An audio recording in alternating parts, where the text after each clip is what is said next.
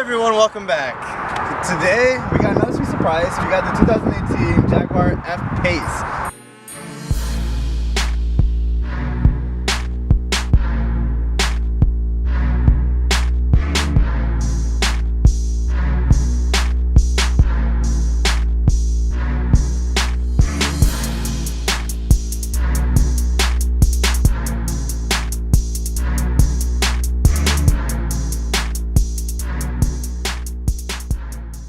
Alright guys, so here we are on the interior of the F-Pace 35 team model Jaguar. It's a 2018, and we're just going to go ahead and kind of talk about some little bit of, intricacies and specs. Pretty straightforward as our last video in the F-Type. The wheel was going to be, pretty normal, nothing nothing crazy on it. A couple of paddle shifters. You got a lot of different controls for pretty much anything from blinkers to your wipers, normal stuff there. One of the cool little things that we actually noticed that this guy has right away, when you get out, let me do it once, and then you shut the door, the start engine and stop button actually starts pulsating. It's kind of almost as if the car has like a heartbeat of its own, if you will. So that's kind of a cool little thing, just like, hey, start me, I'm waiting. Some of the other things that this guy does have as well, similar to the F-Type, it's got the eco mode and exhaust. It also has more of the dynamic and sport, and then it also kind of has that stock or that I guess the standard exhaust mode as well. So if you guys can look at it right here, there are 1, 2, and 3 right here. Basically when you choose which one, it actually lights up which one it is, so we'll show you that later on. Cool. Another cool little thing in this guy, it has a heated steering wheel. Now I don't know how to turn that on. I think it's this little button here. That would make a lot of sense. Not much use for it in Texas, except in those cold winter nights where it's 20 degrees. Woo. But just a cool little feature to have as an extra. Alright guys, so another little cool feature that we wanted to talk about is this dial here. While you're sitting here, it's kind of out of the way. You can move around stuff. As soon as you start the car up though, it raises. How cool is that? This is how you actually shift between park, reverse, neutral drive, and sport mode.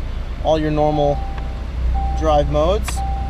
What's also cool, this does have a rear view camera. It is sitting on there because I have it. I had it on reverse, and I believe this is touchscreen. This is pretty cool. So this is the smaller version of the touchscreen model. You can actually get it in a, what was it, Mahul? How large is it? A 10.2 navigation and touchscreen. This one's just a smaller version, and that has the home button, the buttons itself, instead of the upgraded model of it. Cool. So definitely an option if you guys are looking to soup up the electronics on the inside. But for a daily, I would say this is probably more than enough. So let's go ahead and do what we all want to see, is the exhaust. Let's go ahead and give that a start, and let's find out. Alright guys, so as you can see, we've got this little button highlighted right there for you. This is going to be our standard mode. Let's go ahead and give Mahul some revs.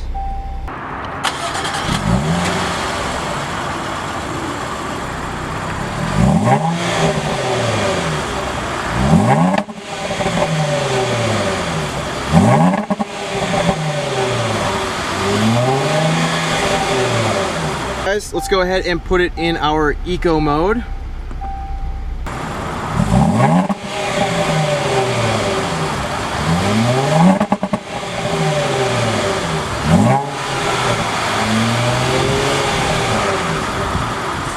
Alright, sounds about the same. Let's go ahead and transfer that over to our dynamic mode.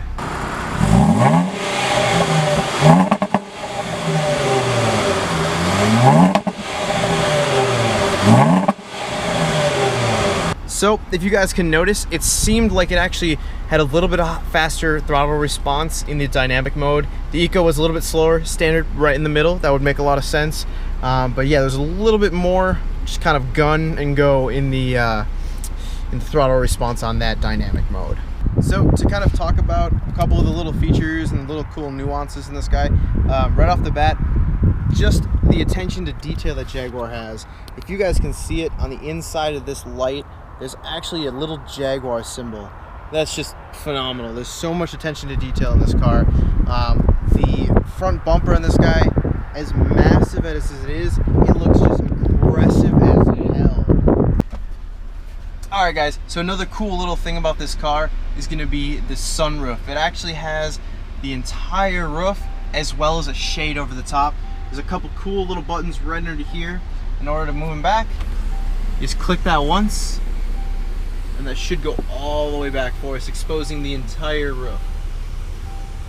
And so in addition to that shade going back, you hit the left side panel here, you just click it once, it'll start to go up a little bit, click it a second time, it'll start transitioning back. Stops right about in the halfway, and I believe that is it. But that opens up that area as well, and you have a little bit of a wind and a shield guard here, so it dampens some of that noise as well. I don't know if you guys can clearly see this, but when you're in the driver's seat, it can sense how many people are actually inside your car. So as a driver, passenger, and someone in the rear, which is really cool. In addition, when a seatbelt goes off, it turns your person red. So something similar to the F-Type, you know, kind of like a Jag staple now. These mirrors, when you lock the actual car, close. Completely automatic, you don't have to do anything else. Cool, so another little feature, we actually don't have it on this one. It is one of the upgrades that you can get for this guy. Say for example, you left your keys inside, you're going on a boat, you don't want to take your keys, you think you might throw them overboard. Okay, that happens, right? There's actually a little bracelet or like a watch, wristband kind of thing that basically there's a sensor inside the Jag.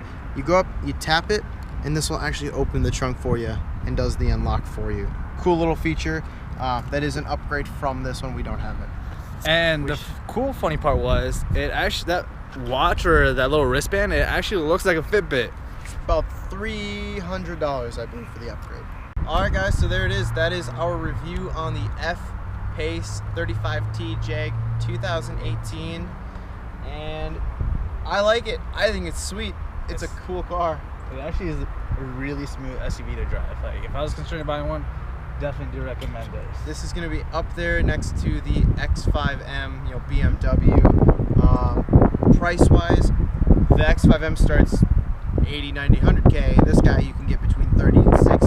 Much more affordable for, you know, kind of the especially for a V6 supercharged. Like, you can't go wrong with that. Yeah, all-wheel drive too. So awesome, guys. If you like this video and you want to keep, you know, seeing more reviews, more stuff that we do, go ahead and give us a share, thumbs like, comment, subscribe, and we will see you guys next time. See you guys.